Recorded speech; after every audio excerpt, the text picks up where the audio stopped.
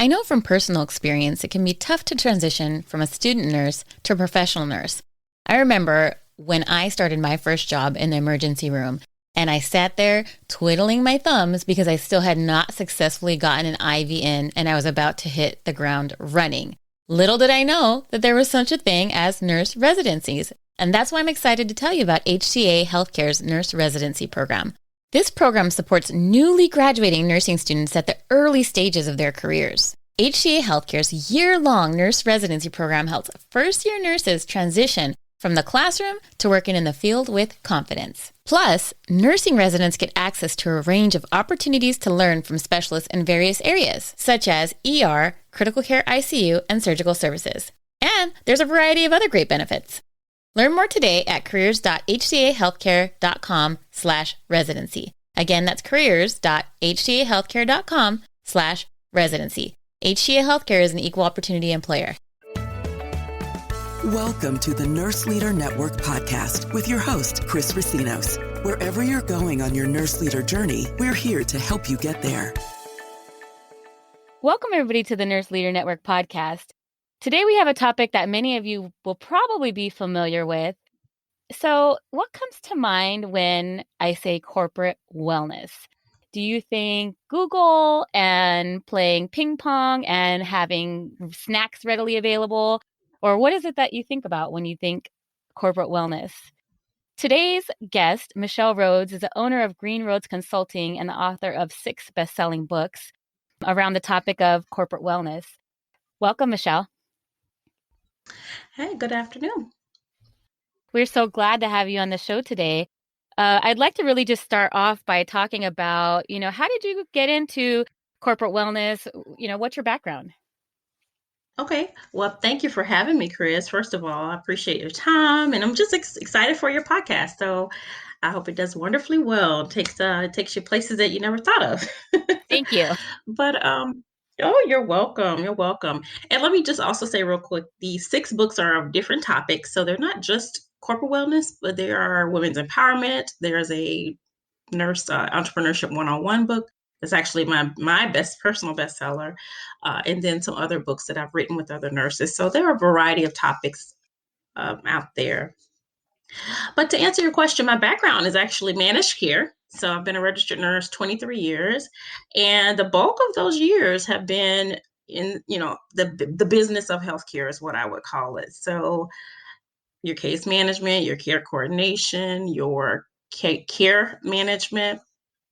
I have started some new programs from ground zero at like the VA hospital when they were first starting, and seeing where do we do to enroll patients in these care programs, and so they could save the money at the end of the day, and got those programs up and running. So I've done a myriad of things when it comes to helping either a payer source save money, make money, or the provider save money, make money. And so I've worked my way up through case management, utilization review, population health, and then my last position for outside of myself was population healthcare manager. So, and can you tell us a little bit about your work with the ANCC and setting the criteria for a healthy workplace? Yes, so actually that criteria was set. I was actually trained to be what they call a reviewer for their Pathways program. And as we know, as professional nurses, when you're wanting to either obtain a designation such as Magnet, that's a sister program. Pathways is like the baby sister program with ANCC. And sometimes it could be a assisted living facility, it could be a skilled nursing facility, and even hospitals. They want to get that designation to really prepare them, or just really start to change their culture before they move into that Magnet piece, which is like I said, the big sister of it. And so one piece of the criteria of getting that designation is that, yes, it does have to be a healthy workplace. And it's physical, yes. I mean, we'll talk about that in just a moment.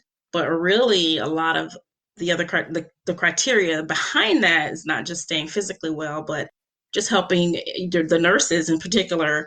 What do they have flexible work schedules? Are they able to change shifts easily with coworkers? Are they cross-trained?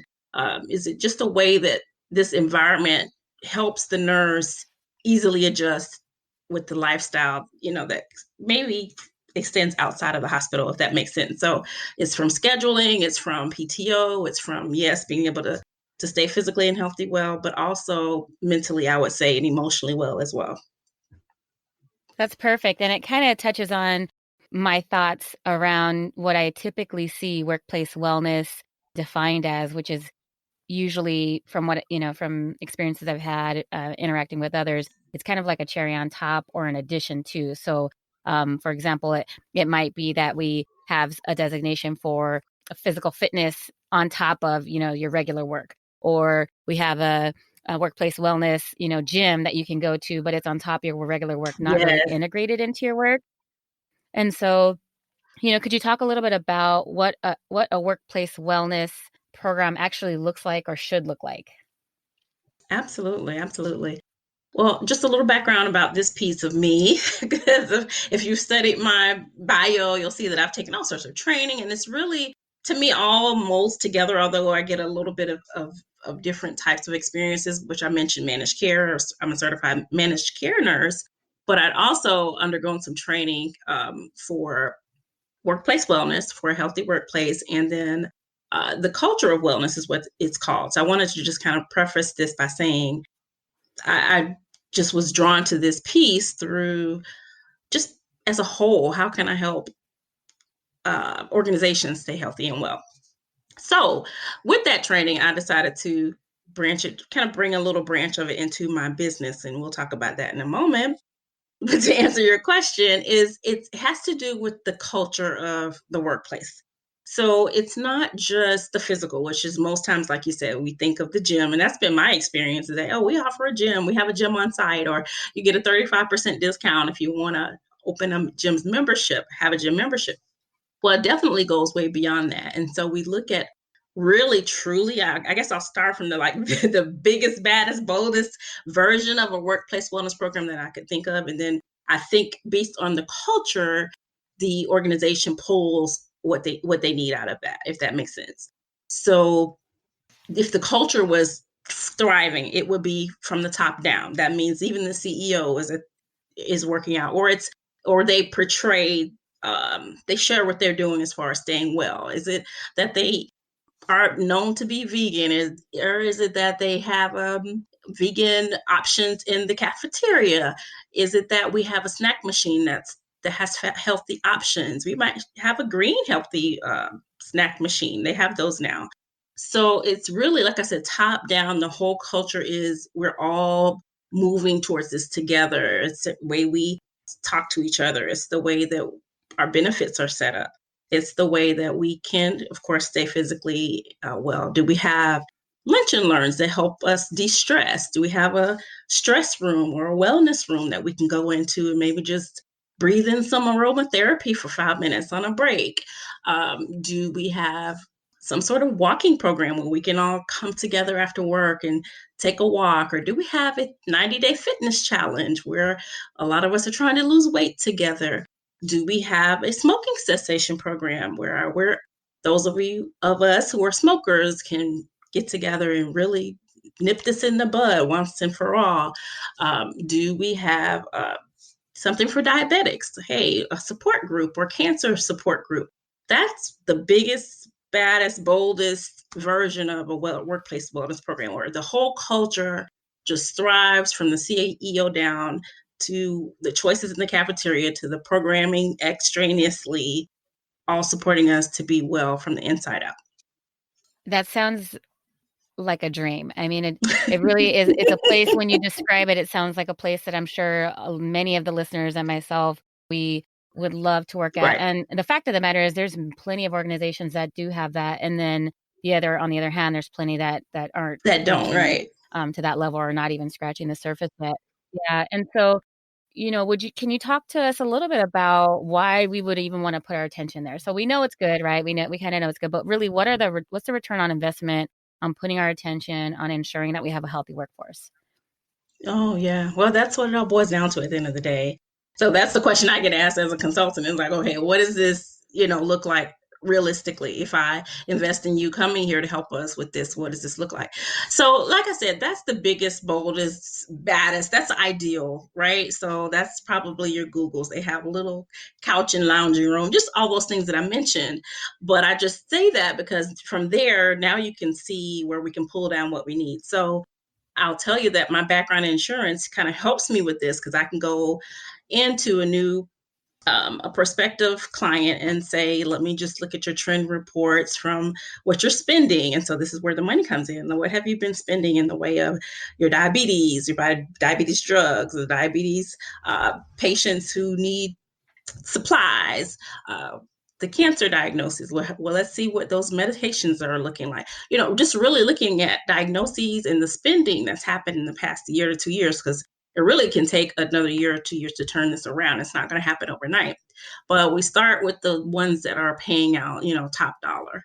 And that's usually the cancer, the diabetes. And sometimes, if believe it or not, inflammatory is a biggie right now. And so with that, we can construct, and that's what I do, is help them construct wellness programs based on their data. And so tell me what's going on, and let's see what programming we can put in place just to attack the biggest, problems. And from that, yes, if they give me at least 1 year to implement, whether it be lunch and learns, whether it be support groups, whether it be coaching, which is group or private coaching, then we can move those clients who are willing to come on board through the process of change and behavioral modification and that equals dollars, because once they start to eat better, and this, do better with their choices and their lifestyle, it will reflect in what the spending is on the other side of that. Do you find that there's resistance on the part of the employees in terms of the behavior modification, or is this something that, they're just kind of been seeking and wanting and they kind of jump right in? It all boils down to the culture. I will tell you that. Because yes, you'll have some cultures that, hey, this is how it is. We've always done it this way type of resistance. And that's where it comes from, is that, hey, the employers let me do it this way for so many years, or I haven't had to choose, or I don't have to attend that class. So there could be, yes, for sure, just not even willingness to participate. And so that's where we begin to, there's a whole process of helping the culture to change. And I'll just give you like one tidbit, because there's a whole process to it.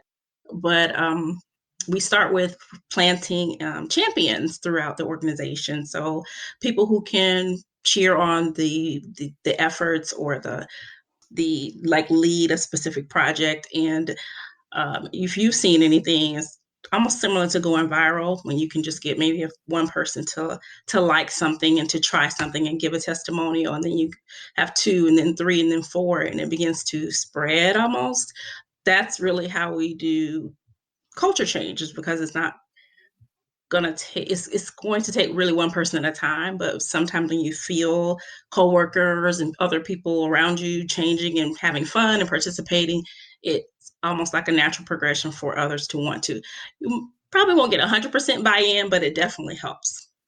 So that's one way you can help bring about behavioral change, is planting your champions, and then really having a strategic plan to help spread the good news, so to speak. Do you typically involve the employees in the designing of the strategic plan? So, for example, after you've done the data deep dive with the leaders of the organization, and you get your champions, what is the next step? What does it look like? Well, like I said, it's a whole process. So it's really much more than what I can share today, because it's probably a good 10 to 12 steps that we go through to set it up. But I will say, as far as bringing in the employees, it's a survey process. So to some degree, they are involved, because, again, we have the data on the other side that's showing what needs to be done. But then we also want to take into consideration their thoughts, their feelings, what they would appreciate more, and just using where they are as well, and combining the two to customize that wellness program for that particular employer. So it kind of leads me to my next thoughts around workplace wellness. As a nurse leader, what are some ways that we can contribute to a culture of wellness? What is a step or two that we could take to begin that journey? Awesome question. Awesome question. The first step, and it seems so obvious, is that, again, I mentioned earlier that it starts at the top. So the ones that I've studied, the employers out there, and I know OSU has an awesome program where it starts from the top. So the very top person who's actually suggesting this change or bringing about this new program, they are deeply involved in it as well. So the first step is to be the change, to let the employer see what you're doing, as well as bringing in those champions to support. But that's the biggest piece, is that it truly is buy-in. There's some buy-in there because they see the leaders executing the same process. Yeah, I know several of the organizations that I've worked for have put a huge emphasis on workplace wellness, and not just workplace wellness, but even, combining workplace wellness with patient wellness. And so one of the employers that I worked for in the past had a healing garden where you could kind of go out and do meditation, and they'd have Tai Chi out there. They also had labyrinths that you could kind of walk and do the meditation piece. And so I've seen wellness incorporated in that way. I remember one of the organizations that I worked for, in one of our meetings before we started the meetings, I didn't really tell them I was going to be doing this, but I brought my Calm app actually and Mm. turned it on. And I said, okay, guys, before we start this meeting, we are going to practice some meditation. And they looked at me like I had lost my mind. They were like, wait a minute, we only have an hour for this meeting. You're going to make us spend 10 minutes of it doing meditation. And then they looked at me probably like, it was very unexpected, I think. And after we did it, I had several come up to me and just say, that was really nice, because we don't ever get to take the time to stop and just breathe. And so it Mm-hmm. was, I think it was a nice treat and something that was well received. And so those are some ways I know from the position you're standing in now that you can just kind of begin the journey, is really introduce them to these techniques in terms of little quick wins for mindfulness and, Yes. that kind of thing. Yes, yes, yes, yes. And it's surprising. Just added to that, that we are, of course, in the information age of information, or information age, but even more so, and you probably know this as well, education is moving towards what they call micro learning. So people are wanting just snippets of things. It doesn't have to be a long drawn out, or whatever we're sharing, whatever type of information we're sharing, just 3 to 5 minutes. I actually try to put as much content that I can into 60 seconds when I do my videos now that I share. So I say that to say, it's so funny that you said that, because I do a wellness for the busy nurse, or wellness for the busy professional. And that's how I start off my actual workshop as well. As I dim down the lights for just 60 seconds. And I say, hey, just deep breathe. Let's deep breathe together. And it's just a way of refocusing, getting grounded, but it really puts them in a place that, you know what, let me really enjoy this. Because yeah, I'm always too busy to do this. So it definitely sets the atmosphere. And it's just another example as to how we as leaders can set the atmosphere. You literally are inviting wellness in all sorts of ways. Like you mentioned, I didn't even think about the gardening. That's an awesome concept. But it comes from the inside out. And we try to touch on all six. I preach 6 facets of wellness. There are 10. So some wellness educators will teach 8, some 10. I go through 6, but it's a way of incorporating all of that. Would you mind sharing what those 6 are? I had a feeling you'd ask. Well, we talked about physical, of course. You know that's the biggie. When you go to the doctor, people say, "I know he's going to ask me my weight, so I don't even want to go." It's a part of it. We definitely have to deal with it, and it's just a matter of balance. So no one's perfect, but at least if we're doing something to start, and something that we like and enjoy, staying physically well, meaning what you're eating, your nutrition, and your movement and your exercise, definitely is a part. It's been proven. But in addition to that, number 2, I move into occupational wellness, meaning your work. What do you do? Is it really fulfilling to you? Is it something that you truly love? Is it coming from your heart? Because if you're not happy, and we know that with what you're doing, because work takes up, about 70% of our day. I'm not sure if that's right, but it's a big part of our day. And so we want to make sure that we're well in what our work is, what we do for a living. Three is a spiritual wellness. So whatever that might mean to us individually, whatever that looks like, but are you in connection to your spirit? And what do you do to stay well in that area? What type of practices? What do you believe? What are your values? All of that. And just knowing that and standing firm in that and being okay with that. Four, we go into social wellness. So, meaning, how are you connecting with others? What are relationships like? How do you balance them with your life? And are they fulfilling? Are they positive? Are they impacting you negatively? Really looking at those social connects and how you connect with others as well. Sometimes it's not always them influencing us. Sometimes we're influencing others. So really looking at that. Intellectual wellness is the next one. Again, really feeling like you're growing mentally. What am I doing to learn? Am I reading a new book? Am I going back to school? Am I going to learn a new craft?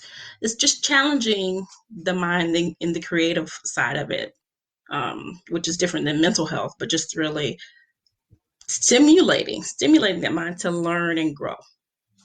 And then lastly, emotional wellness, which again is different than mental, but it leads to it. But really knowing what your feelings are, being in tune with your feelings. Some people feel like, I don't know what I'm feeling. They can't express what they're feeling. They don't know how to handle their feelings. So if they are feeling a certain way, how do you handle those emotions?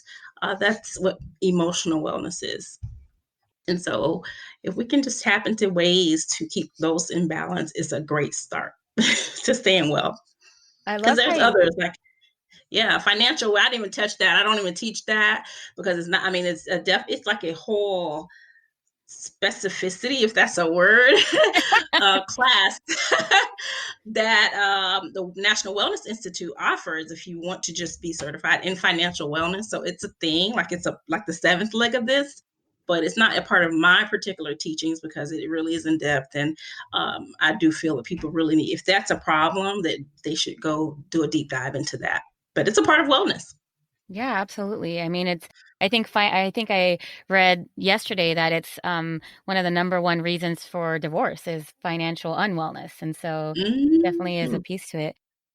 I really like how you broke down each of the different types of wellness. And so I'd like to just take a few minutes to kind of dig a little deeper into each of them.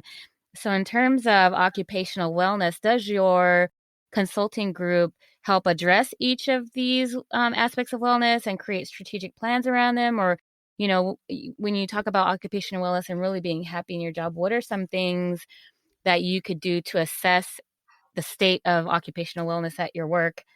And what can you do to address it as a leader? Yeah, awesome question.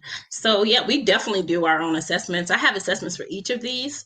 I will tell you the next part of that, though, is it all depends on the results of that assessment. Like if I can personally help the person, guide them in a way, like for me, it would be nursing. If they're really wanting to be a nurse, then I definitely can help them find their way in that. But if it's something outside of me, I really don't delve into it deeply because you can go into like career counseling almost. So I don't want to do that. That's a whole, it's very specific and you have to be trained in that piece. However, I try to keep a really great resource list as a part of my consulting. So I know where to send people who are struggling in particular areas. So, and you'll find that with each of these that we break them down because I don't do it all. It definitely would be impossible. But I know how to assess them. I know how to identify them, give them some resources if I have them, and if I don't, I have resources available on the other side of that I can share with them to get them where they need to be, depending on their outcomes, their assessment findings. Oh, okay. And for that one, do you assess like individuals in the organization, or is it just kind of like I think of like a nurse satisfaction survey not doing well, or what does that look like in terms of the way you assess that? Yeah, so it all depends on I know you're gonna laugh at this. The package that the employer purchases from me, I have three different packages. So it's like a small, I'll just say small, medium, and large package, but you can have something very small where I'm just doing an assessment and doing maybe some lunch and learns to increase awareness. So say I did a lunch and learn on occupational wellness, they would learn a little bit more about their gifts. What are they doing to discover their gifts? Are you feel like you're walking in your purpose? We just bring all that to light, and it's up to them and I'll give them some resources I always do with my presentations, but they have to go walk that out. So yeah, I hope you see where I'm going with this. Yeah, So yeah. yeah, so it all depends on what the employer has purchased from me. So really, that's my because workplace wellness looks all different for different consultants. Some go, into smoking cessation and diabetes. I really am like really the assessor and getting people started on their way. Okay, so if they purchase like a medium package from me, that means yes, I'm doing some lunch and learns, but I'm also doing some group coaching. So that's my package for that. So if I come in and do that lunch and learn that I just talked about, then I'm also going to follow up with maybe that. It just depends. We might do a Zoom call or we might meet in person. It's up to the employer. And then we'll do some group coaching. So then I can really delve deeper into them individually and as a group. And then my bigger package is my team and I. Yes, we're going to do those lunch and learns. We're going to have some group coaching, but we're also going to have some one-on-one coaching for individuals to really get where they need to be in these different areas. So, yeah. Okay. Awesome. I mean, it sounds like it's amazing work that's going on, and I can see how each piece of the wellness fits into your overall wellness. Now, Michelle, do you do these wellness activities or wellness assessments inside and outside of healthcare? Or are these healthcare specific? Inside and outside. And you'll be surprised. I just love all your questions are great because up until now, actually, they've been although I want to get these into the hospital, like that's my target market, I'm getting calls for just corporate. So my contract right now is with my city where I live. So it's not a hospital, but everywhere you go, every, corporation has employees. So it, again, it depends on their readiness as an organization to face this. And of course, what's in the budget, because that's always the barrier. So but when we can present that ROI, we talked about that earlier. Hey, you're losing X amount of dollars on, your diabetes employees, or we see a spike in your stroke. What's going on with the stress here? Then they start to see that it makes sense.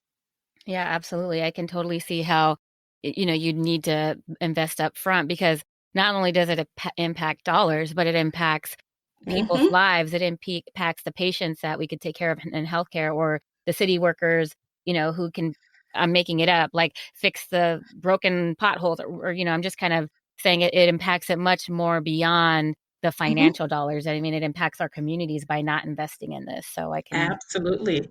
Absolutely. So yeah, so just for an example with that stress piece, this particular city, they're having lots of stress claims and you got to think those workers are policemen, they're, medics, they're firefighters. So, what are we looking at here? What do we need to do in those areas to help control or teach or bring awareness to their stress and give them ways to cope with it? So those are the types of things we're dealing with. yeah. And even though that's not healthcare per se, they deal with life and death just like nurses do every day. So I can see how it, relates to one another. Mm-hmm. What is, in all of the work that you've done, what is one of the most creative or the one of the most impactful practices that an employer has begun that really helped their folks? Hmm. Wow, that's a great question as well. You know, and I'm just going to give a case study because I haven't done the top tier. What I do love, like I mentioned earlier, the top tier where it's all or nothing. We're all in from the boss down. I have some studies to show, hey, this is what happened when everyone got involved and we had champions going out and we had team leaders and we had group and individual and challenges going on to help everyone stay focused and have you got to have incentives as well. So that's a piece we didn't get to talk about yet, but it really can transform an organization if the entire culture is changed. It's really hard to get that ROI that they want if there's not complete buy-in. So I would say just knowing what's out there and what's possible based on numerous case studies that truly, if a organization can shift it and put this into the budget, it definitely will get the ROI back, and they have to be committed to it as well. Yeah, I agree. Thinking about about workplace wellness and can see how this might translate into, for example, students. So, I'm thinking either academia or, as nurse leaders, we typically have students in our workplace. And so we know as nursing students that is probably one of the most stressful times in our life when we're trying to get through nursing school. And so I'm wondering how, we could look at all of this framework for wellness and translate it into our students and our residents in the academic and practice setting. And so it just sounds like it might be worthwhile to even take it one step further and go beyond just our personal workplaces, but look into, the future generation of nursing. Absolutely, absolutely. Well, from what I've seen, there, of course, there's usually wellness centers on university the campuses, and I think them within that particular piece of the organization, they are embracing expansion of what they offer, because up until now it's been more prevention, immunizations and physicals, lots of physicals, and topics. It's very sensitive topics to teach as the students are growing and going through different changes or different challenges. They will end up really teaching all of these different facets that we talked about, the six facets, whether they really see it or not. But I think that now they're going more into maybe a wellness night, or uh, of course lunch and learns are popular, or coming hear a certain speaker and get lots of resources in this particular area, like I would say finance, that comes into play. So I've seen them kind of tackle these one at a time and just really be creative with it to get it out there.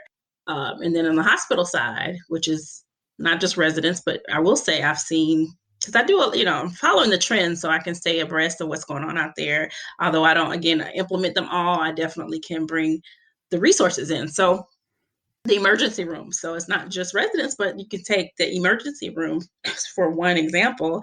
And there's a hospital, I believe in Northeastern, don't get me wrong. Don't get me misquote the name of the hospital, but it was the fact that they brought in a wellness pod into their emergency room. So it was crafted where the workers in that who work in that section can go into this private room, and it's like quiet music, and it's just like a pod, almost like a kiosk, but you kind of lock yourself in there. So it's one person at a time. You can watch relaxing video, like a 2-minute video or 3-minute video with the ocean or whatever, and listen to, or you can listen to music, or you can like press a button and some aromatherapy comes out, and so things like that, they are coming. So these are some innovative ways that different high stress areas are in healthcare are addressing wellness as well.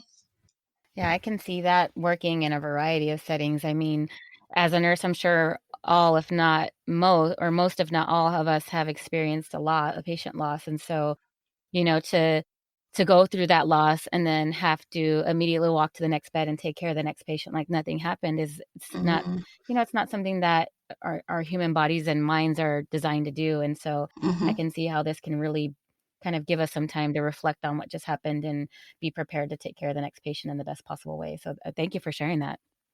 Oh, you're welcome. I have tons of them, Chris. It's great content, Michelle. So why don't we dig into a couple other of the wellness topics? So social wellness. Tell me about how we would assess for that. What is it that as a nurse leader we'd want to look for, and what might we do to improve that aspect of wellness? Yeah, well, this is a little difficult when it comes to the nurse leader if you're looking to your staff, unless they come to you, because this is more so, what's it going on with their relationships? And a lot of it, yes, it's for, if it's within the four walls of the hospital, then we probably could maybe tap into that.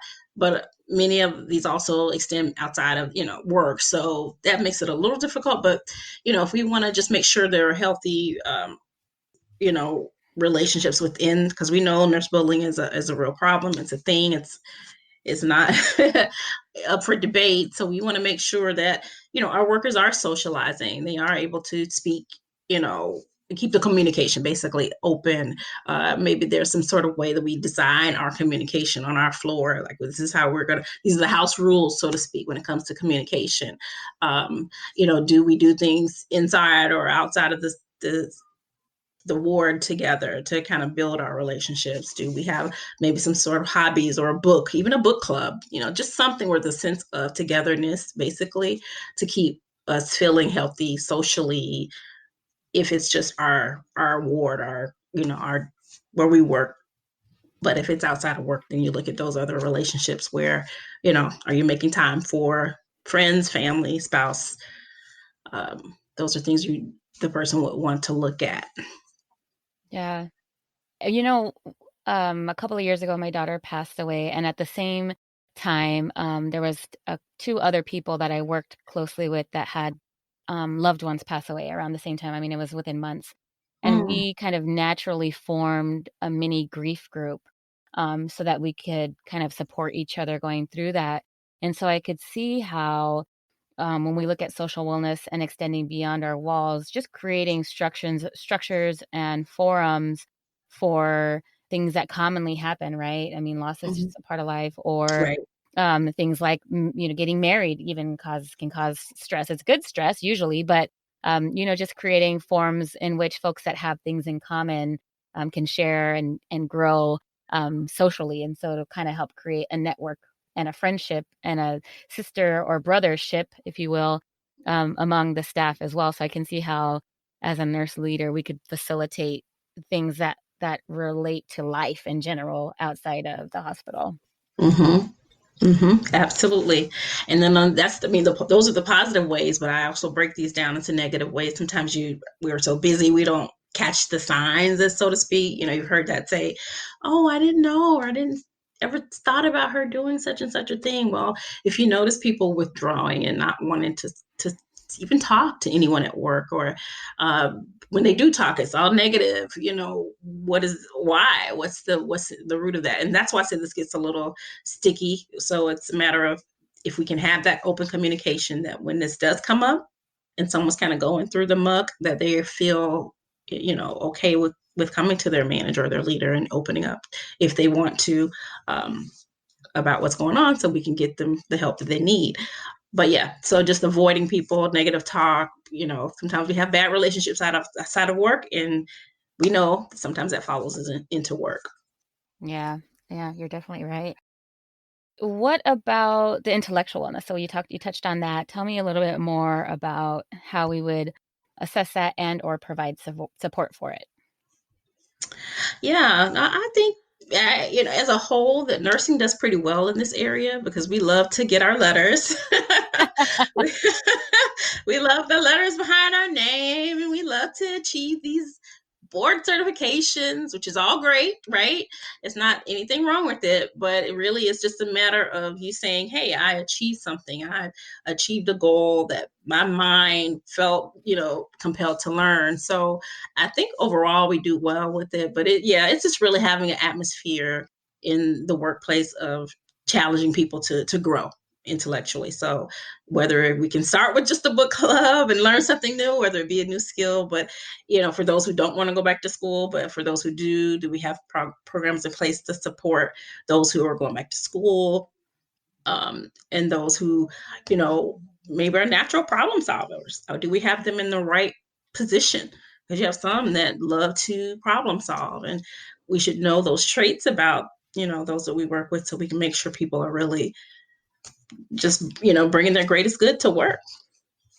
Yeah, this is a huge piece of building up your team. So really, when I meet with my folks that report to me, and I've done this ever since I've been a leader, I really sit down and ask them, where do you want to go? And what are the steps we can do to get you there? So really just kind of being that support person, because we're the ones as leaders that have, the networks and the connections that we can get them on to these programs and these committees and this work that they're really interested in, so that they can flourish. And so, yeah, I totally agree with you there. I think that's a great point. Awesome. Yes. See? So, Michelle, I mean, I just want to say thank you. You've shared so much, and these are all really actionable activities, and they're activities that they're not really a choice in my mind. If we want our people to take the best care of patients as possible, we have got to be taking the best care of ourselves as possible. If more people want to hear about what you and the Green Roads Consulting do, where can they find you? Well, thank you again, Chris. This has been wonderful, and it's just exciting to share, what I do outside of LinkedIn. I know that's where we connected, but yeah, they can go to greenroadsconsulting.com, and that's GREENE. There's an E on the end of green, to find out more about what I do and my team, what we do across the country, um, how we help, impact corporations across America. I mean, really are excited to grow. We're actually launching 2 years now. So yeah, if they can just take a look at my website and contact me there. I have 2 books on Amazon as well. Actually, one that pertains to this program is called When the Red Arrow Goes Up, and it talks about the cost of staying well at work. Awesome. Well, thank you so much again for joining. It was a pleasure to have you on. Thank you, Chris.